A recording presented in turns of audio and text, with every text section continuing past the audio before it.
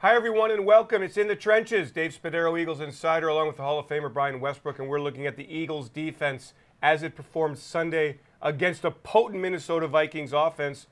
The good, Brian, is that the Eagles limited the Vikings to 23 points. Yeah. However, if you look deeper, and really not even 23 points, one of those touchdowns came on a return of a fumble. Right. So the defense keeping the Vikings off the board, but I think I'm looking for more from this defense. There's something not there.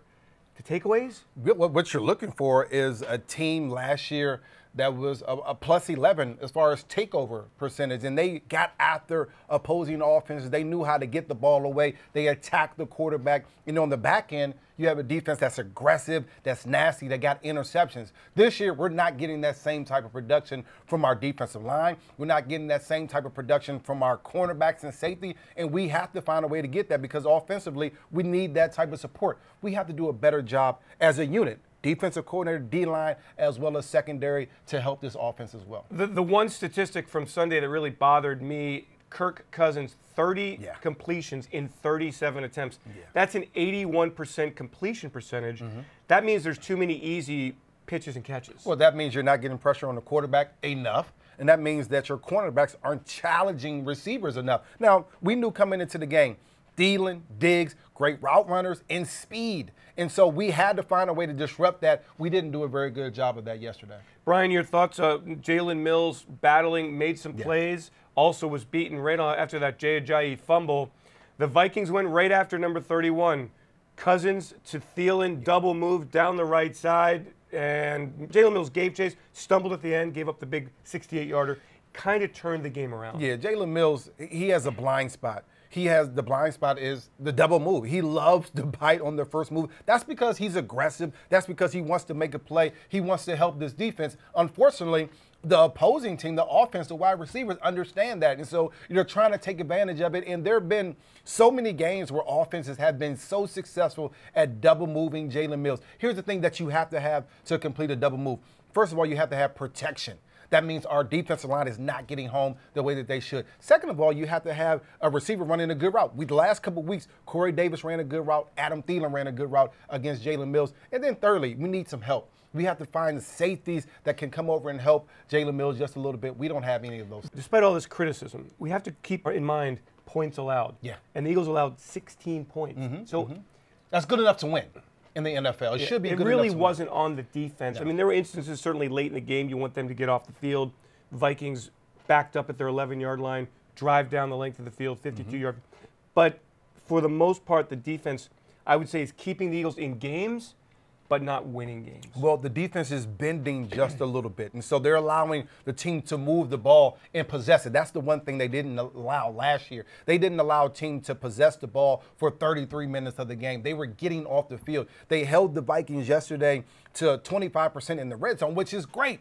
But they allowed them to have the ball so long that our offense lacked a little bit of continuity because they're sitting on a bench a little bit too long. Our defense has been predicated on attacking the quarterback and getting turnovers. And those are the two things that we're not getting from our defense right now. I thought it was a quiet game by Fletcher Cox. Yeah. Only one tackle, 4 quarterback hits. I expect him to dominate, to bring it, to change games every week. Every single week, Fletcher is going to be pressured. Every single week, we're going to ask more of him.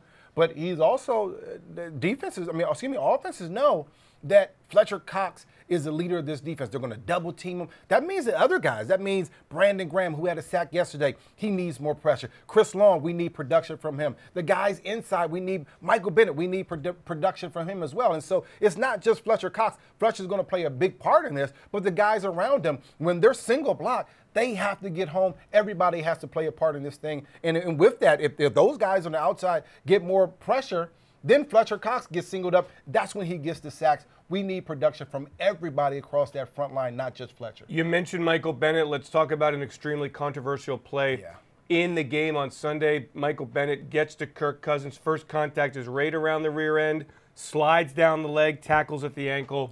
Looked like a clean sack. Referees saw it differently. What did you think of the call, and what does this mean for the game of football? I think it's an absolute terrible call because he hit him in his waist, almost right here on his hip, right in his butt type of area. And then he slid down. So it's a terrible call, and it's a bang thing. So maybe the ref didn't see the entire thing. But to me, the rules have gone so far out of the way to try to protect the quarterback. Now you're altering the state of the game. These are situations, and this is an important play for Michael Bennett in this defense, that now you say, we're not getting off the field, we're giving them 15 yards in the first down. To me, if you're going to make that call, a legitimate call in the NFL, you should be able to review it and say, listen, this was or was not the defenseless receiver. This was or was not a quarterback getting hit low, because now you're altering the fate of the game. And these are big calls, especially in critical moments of football games. I like that idea. Review those kinds of calls to make sure you get it right. It's going to slow things down. I understand it. But when you're talking about 15 yards in this type of game, that can either make or break a football game, and then that goes to wins and losses and playoffs games. That's too important of a call to not to be able to review it. The Eagles did make a personnel move kind of officially here on defense. Avante Maddox starting alongside Malcolm Jenkins at safety. Tough spot for a young kid. Seemed to do okay, though. Nothing really deep down the middle against the Vikings. I think the big move for Jim Schwartz was, how can we protect the middle of the field? We know defenses have attacked us in the middle of the field. Our safeties have moved out of the middle and allowed big balls to be completed down the middle of the field. Avante Maddox, he will protect it. I think he's still just getting used to playing safety. You come from a cornerback, a smaller cornerback, playing inside in the slot, playing outside from time to time. Now you're moved to safety. The angles are completely different. So when you come up to try to tackle people, it's a different angle. You're seeing the game from a different perspective. So it takes time for him to establish himself in that position. I think he played okay, but he's just not a safety right now. He needs more time to develop. So that's our story, the In the Trenches look at the Eagles defense. A disappointing loss on Sunday to the Vikings. No time to be down about it. The New York Giants await on Thursday night. Thanks for joining us.